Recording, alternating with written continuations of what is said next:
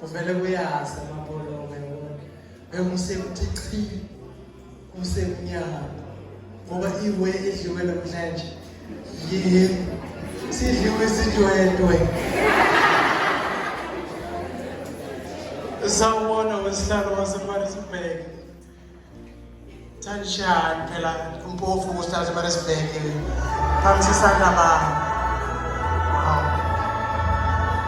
umlungu wethu siyakubona baba ngoqoke ngangalendlela ukuthi awuvele wenze nje 2 piece from ekhanda to Epsom to ezathi nje ngicabanga ukuthi nesicathulo sinjalo sihlabele umgamo sine guest speaker yethu babhalela ukuthi izosichazela ngomlando kaNazaretha okubaba umphethe kodwa kwa-national le phezulu kwanabantu u-national deputy chair uMr Ngcobo. Ngiyacela baba wami ukuthi leli thuba siliphe wena, ngicela simsukumise ngezandla nje ezikulu.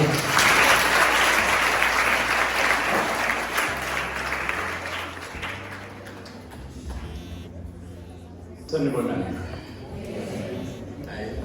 Ukuthi sinqunye kakhulu nibahle izingane zami. Just keep kuningi.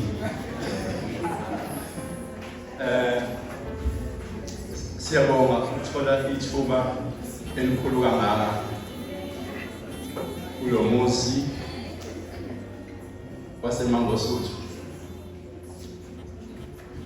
Samukeleke njengoba umphathi wohlelo esamukele ngokuhlukana wonke ama-institutions akhona.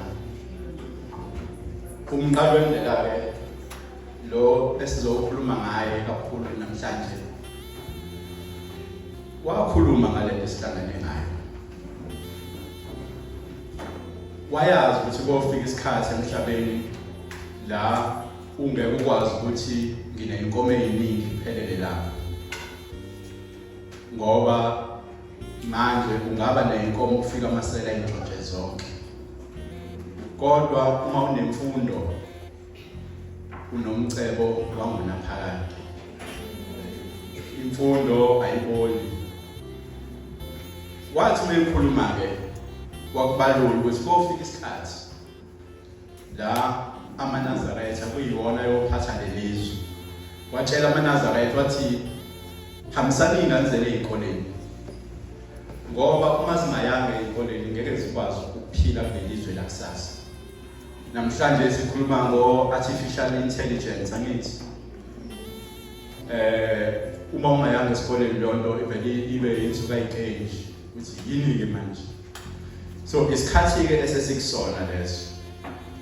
Siyabonga-ke ukuthi njengoba sigubha lo 116 years sihlangane kanje sikhumbuzisane ukuthi uShembe wabakha kanjani loNazaretha ukuze nangelinye ilanga uma uwedwa ukhuluma ngoNazaretha ucabanga ngale ndaba kaShembe ukhumbula ukuthi akuyona into eyabalulu kwakheka kwayo.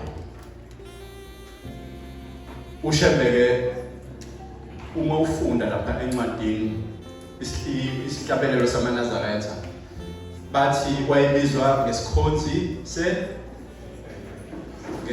senhlupheko.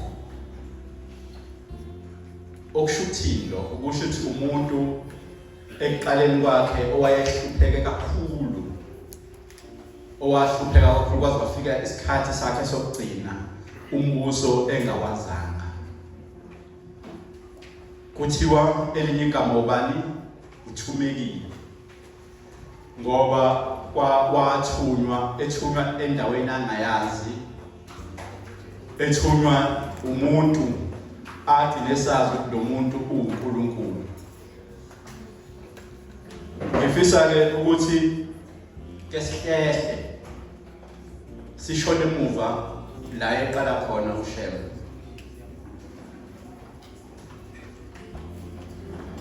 Uma soqala umlando kaShembe soqala Siyakhumbula igama lomuzi kaShem ukuthi ubizwa ngani?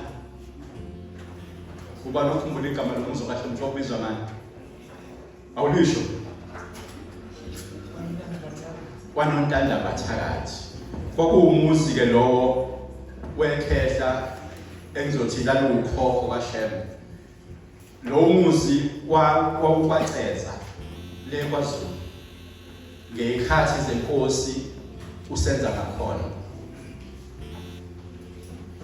Sekufika izwi ke kumzazela lithi uzofanele usuke kulelizwe ngoba kunenkosi ezofika la. Emva kwale nkosi ehlele esihlalweni, le nkosi izoba nolaka izobulala abantu abaningi. Suka baleke kwelasenhla ngoba kuwena kuhlela abaprofeti abayophatha lelizwe. Lelizwe akalinakanga ke umzazela wahlala nje kuthe mase sifika kwesi4 wayesethi hayi ngeke amthuthi. Wathutha ke wayale konke abamhlophe mawushonenhla. Kwahamba basuka khona base beya eNtabazo la sazi khonathi. Uma sekufika ke lapha eNtabazwe uyise uMayekisi wayesekufunela unkosikazi.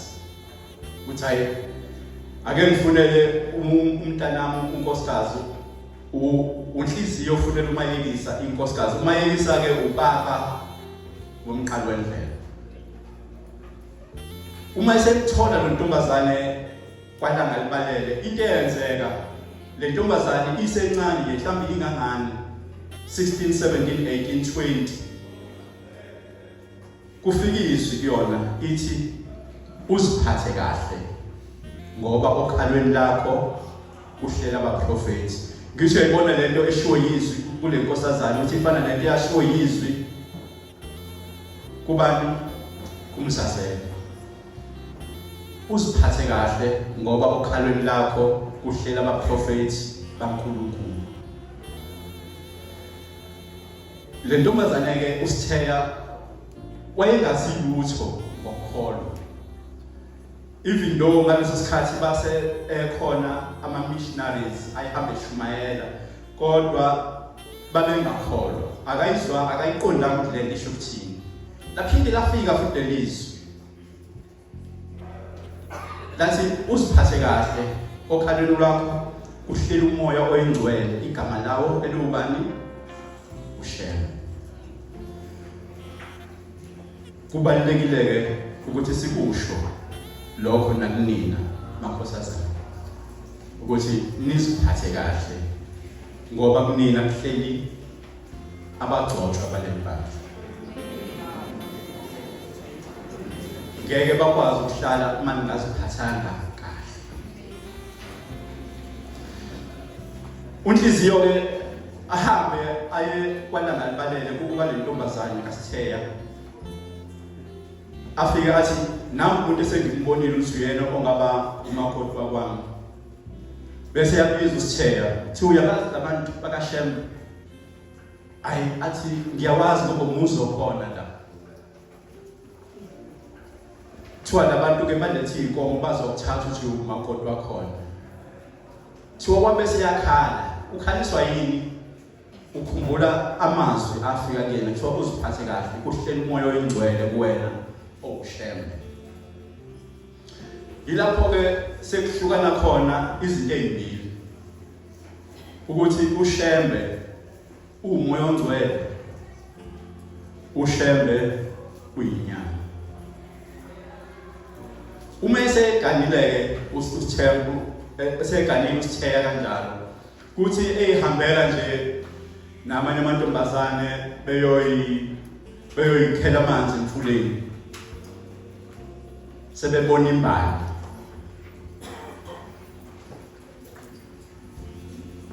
Angazi ukuthi why abantu besifazane beyithanda imbali ngoba nami mangaphathi imbali nje ngithi ngathi yo. Uma bebona imbali ke agijima wonke lamantombazane ahamba noSitheya bayokhala imbali. uSitheya afike eqala ibambe le mbali ayi. Hawu uSitheya uyidlela manje le mbali.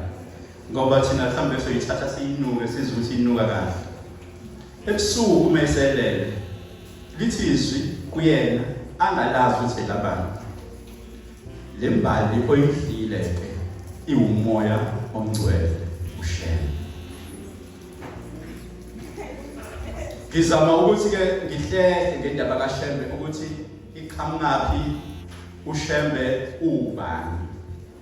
Ngoba uma abantu bethi uShembe uNkulunkulu omunye uyadideke ukuthi abantu basho ukuthini, why nithi umuntu uNkulunkulu. Ngisho yabona lama accounts engikhuluma ngawo wonke athi uShembe umoya, uShembe umoya ongcwele. Uma eseshadile-ke uSitheya athola umntwana, ngeke ngiqhubeke ukuthi waqala wathola umunye kanjani. Uma esethola umntwana selithi izwi-ke nambo-ke lowo mntwana sasikhuluma ngaye. Uma eseqanjwa umkhulu wakhe umbiza lo mntwana ukuthi uwumudli wamafa, bese kuthi ubaba wakhe wayesethi hayi lo uShembe. Lo mntwana uShembe wakhula-ke lo mntwana njalo kufika izwi ke lithi hamba uyothandaza. Kancane kancane iphuma uyothandaza.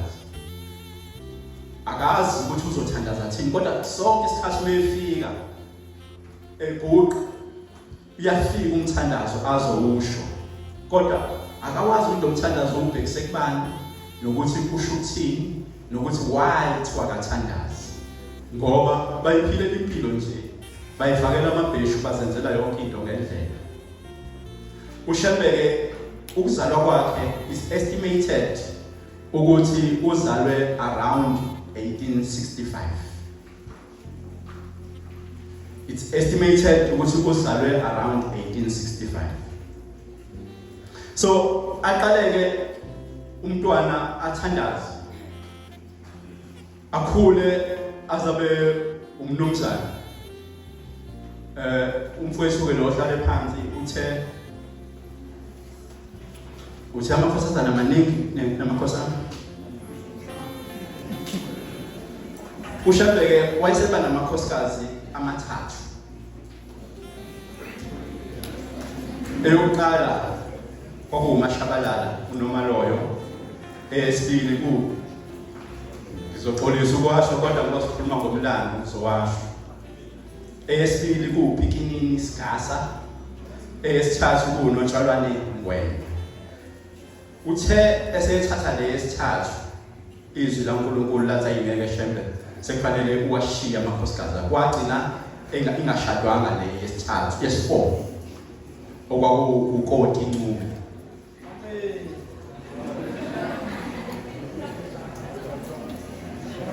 Uma esekhona-ke lamakhosikazi esephila, seliyaqala izwi likaNkulunkulu liyafika ngokushesha kuyena.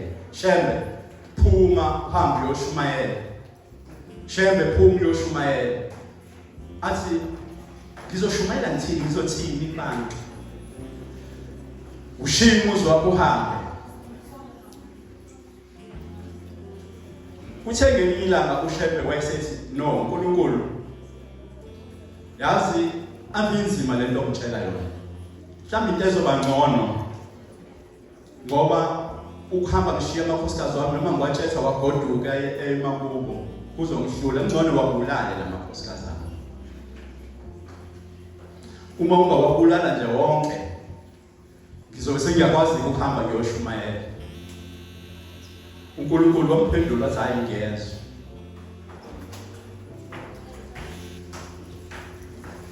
Kwadlula isikhathi, uthe ngolunye usuku wezwa kuthiwa ingane kaNomaloyo uMashabalala uJohn iyagula kakhulu. Wayithatha wayisa enyangeni ukuthi abayozama ukuyiphilisa. Ngikhulumelani lokho? Ngusholani lo mlando? Ngiusho ukuthi sikhumbule ukuthi uShembe uyakhe kanzima kanjani lento ukuthi ayibanga lula kanjani ukwakhiwa kwayo lento and kubaluleke kanjani ukuthi imfundiso zakhe sizigcine. Uthe manje senyangeni inyanga yathi hayi ngeke lengane iphile izofa. Ngisho ngayinika imithi ngeke iphile. Uthe uma ibuyele ekhaya yashona lengane. Kwadlula izinsuku eziwu5 kwashona umunye umfana wakhe kunkosikazi uMasigasi. Kwadlula izinsuku eziwu5 kwashona enye ingane yakhe kunkosikazi uMangwenya. Zashona within 15 days wabese shonelwe yingane eziwu3. Uma ethandaza uNkulunkulu ebuze uNkulunkulu usibulalelani izingane zami? Lithi izwi kaNkulunkulu ngithi wathi angibulala amakhosikazi akho nje wena.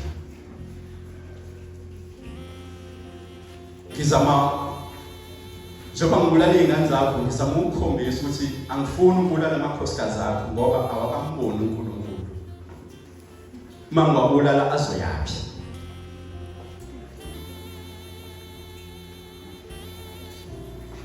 Ushembe wesiyaqala wabothi hayi inzima le ndaba. Angiphume ngihambe ngiyoshumayela. Isikhathi ke agcina decide ukuphuma ngaso.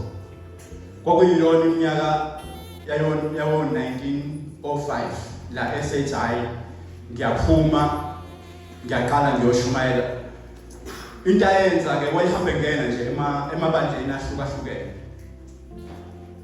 Uma ebona abantu bekholwa angene khona, abona abapostoli bekholwa angene khona, amaweseli angene, yonke indawo uma kukhulunywa ngoNkulunkulu nje angene. Kwahamba ke esahleli kodwa kwakhe noma esakhe indlu ngaphandle nje komuzi wakhe. Kwacaca ukuthi hayi kuzofanele aqhambe aye eMpumalanga. Ekufikeni wethu kulelizwe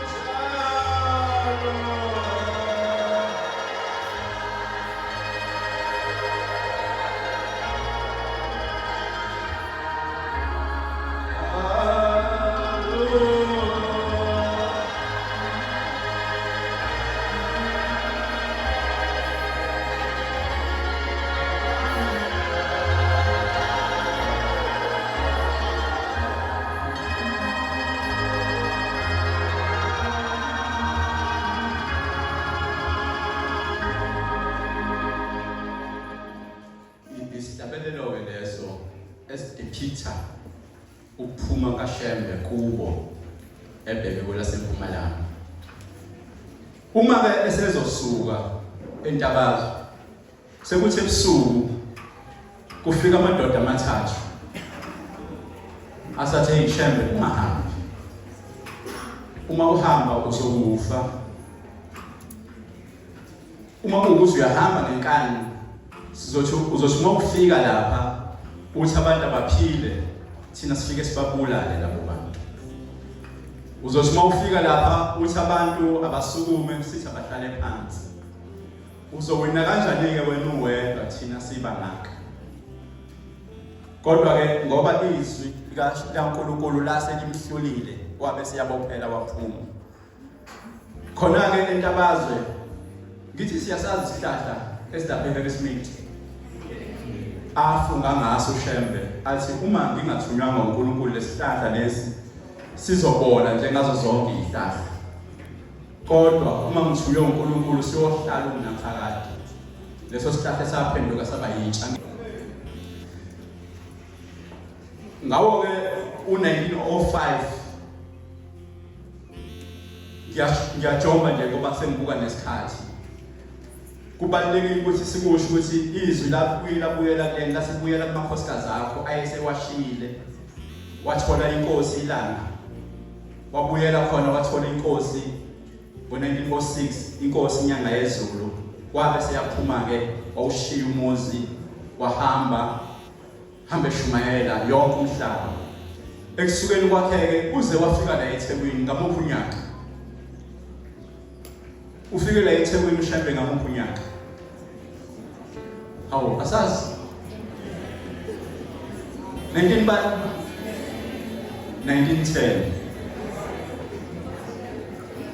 esuke ngo1906 uze wafika la eThekwini ngo1910. Ngo1906 ke kunezinto ezenzeka la eKZN. Eyokuqala kwaba yimpi yamakhanda. Sike sizwe ngempi kaBhambatha. Lapho abantu abamnyama bathatha khona istand sokugcina ukuthi hayi ngeke siphathwe abelungu. Balwa sahlulwa. Ekuhlulweni ke kwethu kunomlando obalulekile owenzeka esizweni sakaQwabe. Inkosi yakaQwabe eyingxenye yalompi ithe uma isisejele yayisibona umuntu owayitshela ukuthi hayi ngizofika emhlabeni. Lento beniyilwela uNkulunkulu, ubukhosi beniyilwela uNkulunkulu uzobuyisa. Kubalulekile futhi ukuthi sisho ukuthi ngawo u1906 kukhona insizwa ehamba ishumayela. Igama layo kwakubani konje? Le nsizwa ihamba ishumayela ngoShembe. Umfazi ke wayehamba engena imizi ngemizi ekhuluma ngokuthi kunomuntu ozayo ozothi mayefika lo muntu kubaleke amadimoni aphilisa abantu. Lo muntu unjengoJesu.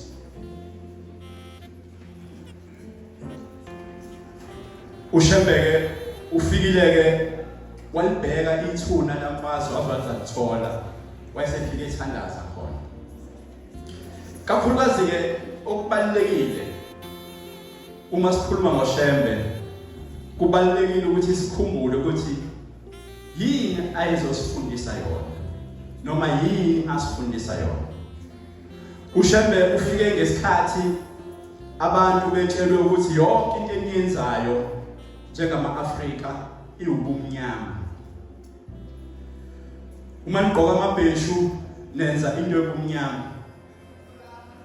Uma nigida nenza into yobumnyama.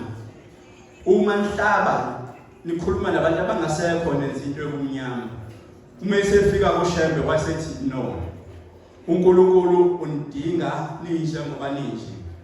Akumele uzenze ufane nomlungu ukuze ukwazi ukukhuluma noNkulunkulu. uShembe wafika wathi asibuyeleni endleleni besiphila ngayo. Izinto ke kakhulukazi uShembe agcine kuzona inhlonipho. ukuthi kubalulekile ukuthi uma uyingane uhloniphe ukuze izinsuku zakho zande ezweni. uShembe ukhulume kakhulu ngokuziphatha kahle kweyintombi nezinsizwa.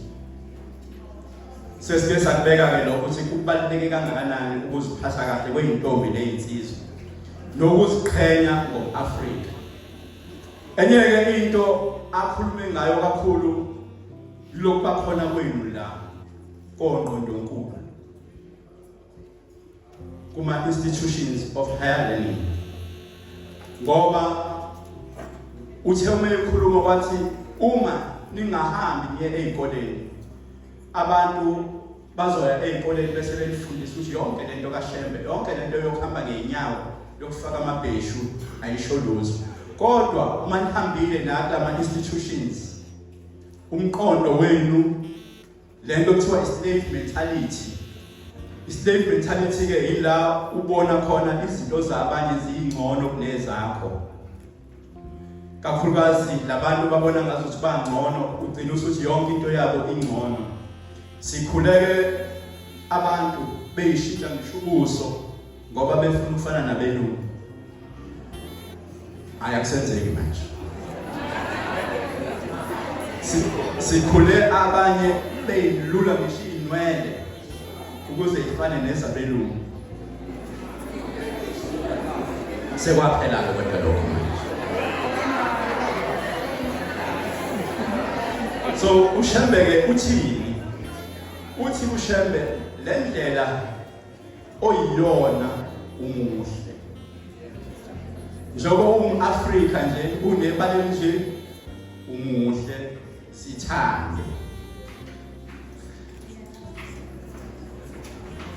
Mhlambe ke ake sibuke ke ukuthi ekuhambeni kwakhe uShembe akubanga lula. Awekho amajele ayekhona ngesikhathi uShembe angaboshwanga kuona. La eqhamuka khona nje kwakuthiwa ejele. Njengoba sibona namanje unyazi ade ligijinyiswe inkantolo sewuqhubeka kwaleyo nto. Mhlawumbe kofanele sisukume ngelinye ilanga siyocela ukuthi ayivalwe leyo nto uJafa kaShembe namajele.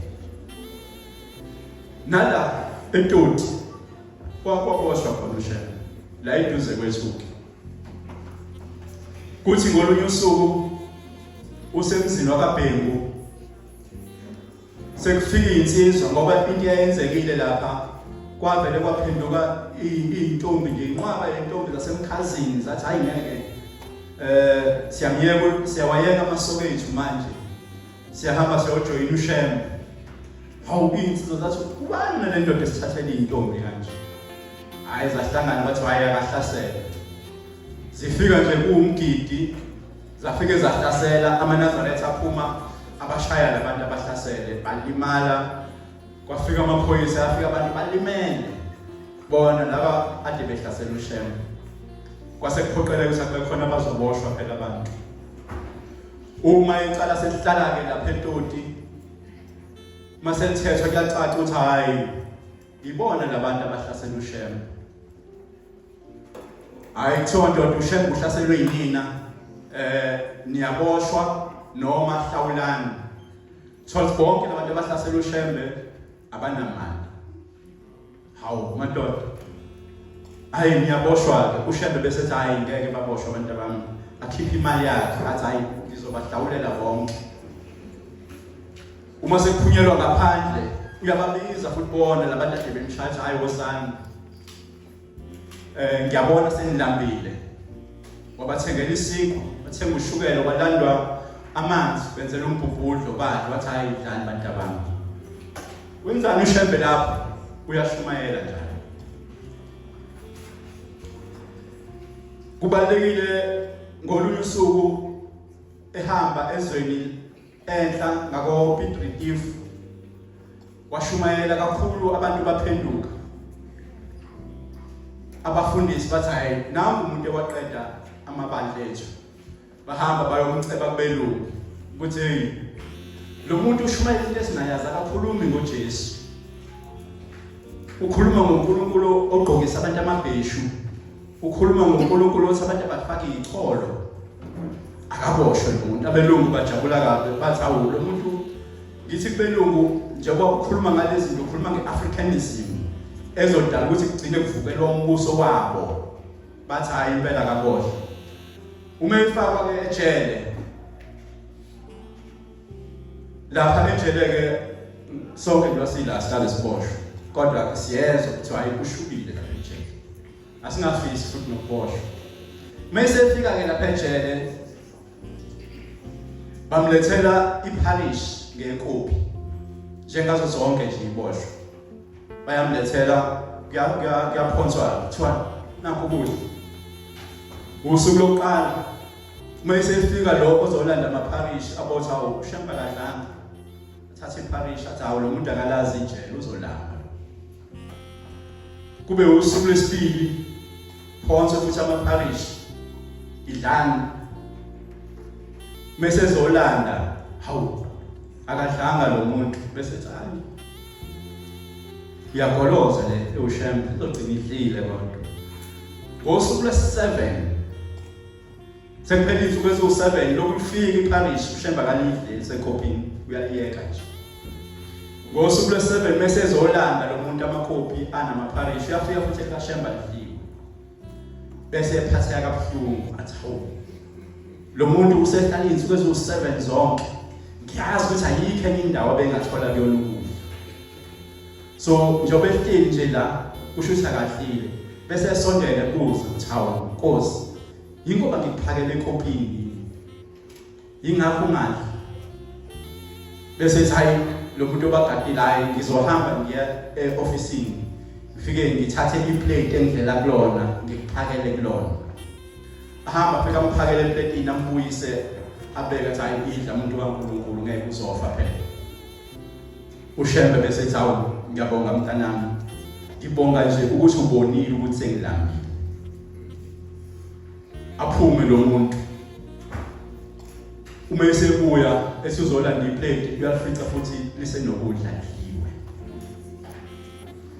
izinto ke ushembe ayedlula kusona efuna thina efuna amaNazaretha ukwenzelani ushembe konke lokhu yini avume ukuhlupheka kangaka aboshwe ashawe siyakhumbula ukuthi kwathi eNzansi eSouth Coast hambe Shumayela enkosini yakafini eyayikhaladi yamcika kakhulu indaba kaShembe yayisithi hayi ake nimlethe lo muntu la sizothetha icala lakhe kwakulesihlanu uThefane lokuqala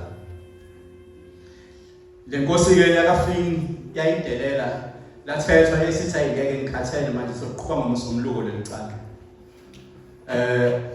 asinaloke ijele thina la imbopheleni lapha esihlahleni waseboshelwe esihlahleni ngolesihlanu Shembe kwaba yisabatha kwaba yisonto kwathi ngomsomluko la siyaqedelwa icala lakhe ehleli lapha esihlahleni omunye mhlawumbe mina ngangothi mangiphuma lapho bese ngithi hayi ngeke lento ngikhatha nabantu ngiyayiyeka kodwa wathi mina ekuthethe icala lakhe sekuthiwa hamba shebe ungaphindi ubuyele emthwalweni wayesethi hawu Nkosi bakho uyaphela wena fika siyazi ngobukhosi bakaZindela ngithi uma efika eBhekmesiya uShembe ashumele lela lizwe bese ethola indawo ayithenga kumlungu okuthiwa uManqula bese akha khona umuzi wokuqamba ukuthi kuseBhekmesiya usiyabuza ukuthi kubani inkosi yakhele lelizwe bese etshela hayi inkosi uZindela bese ethi hayi ake ningicelele ukuthi ngifisa ukuyibona inkosi ahambe uShembe aye khona ngoba akayitholi iresponse uma efika nje uyafika inkosi iyaphuthuma iyakhuluma yini shembe ufunani ngikusize ngani shembe usethi hayi inkosi bengizoyithula nami ukuthi ngithenga iplaza lapha ngenzansi ngiyashumayela le nkosi ukhuluma nayo nje ifela amathe ilokhu wafela nje amathe bese athuka phela uyiwashi kanje usethi unkosi usungiphimisele ngamathe ngiyadabuka ubukhosi bakho ngibuqede ngisho esizukulwaneni sesithathu ubukhosi bakho sengibuqedile ngibuqede ngisho esizukulwaneni sesithathu hayi yanganaka nje inkosi yathi hey ngiye ngizwe ukuthi uyahlanya wena lobo babukhosi angiphiwanga umuntu ngizelwe ngiyinkosi hamba la kuthiwa ke kwadlula izinsuku nje kwase kufika incwadi evela enkantolo eMaritzburg ethi ukhosi bakwaZindela sephelile siyazi ukuthi kubuye nini lokho ukhosi bubuye njengoba sekuyi inkosi uthi inkosi bunyazi lezulu ngesizukulwane sesingaki so uShembeke akayikhuluma into engekho so siyayazi inkosi yakwaZindela ngithi siyayazi inkosi yakabonga siyayazi amen okubalekile ke sengiphethe ukuthi singakhohlwa nangelilodwa ilanga ukuthi lento esikuyona yasetshenzelwa kanzima kanjani ngizokuphinda lokho kubalekile ukuthi singakhohlwa ukuthi lento esikuyona yasetshenzelwa kanzima kanjani kunomuntu owayelala emahlathini kunomuntu owayeshawa aboshwe kodwa aqhubeke ayisebenze lento uShembeke kunento emhlukanisa kunabo bonke abantu asebake babakhona la emhlabeni elokuthi uShembe wathi esekhuluma wayesethi nginakhele izulu enzongena kulona umuzi wamaNazaretha okhazimula ngaphezulu kwelanga nani abekho abanye abafundisi abake bafika kulelizwe bakhuluma ngomuzi okhazimula ngaphezulu kwelanga nenyanga uShembe akayena nje umfundisi akayena nje umbishophi uma ezokhuluma ngokuthi unezulu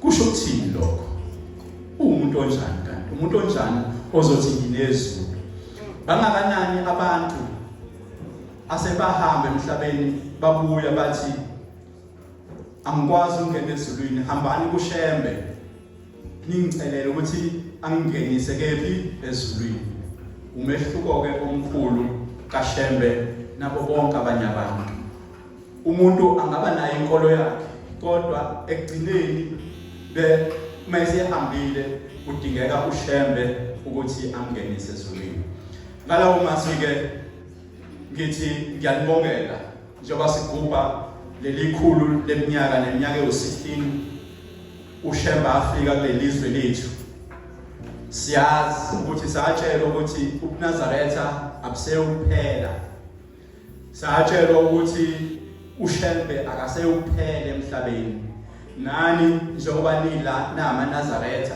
nokuqhubeka kwakhe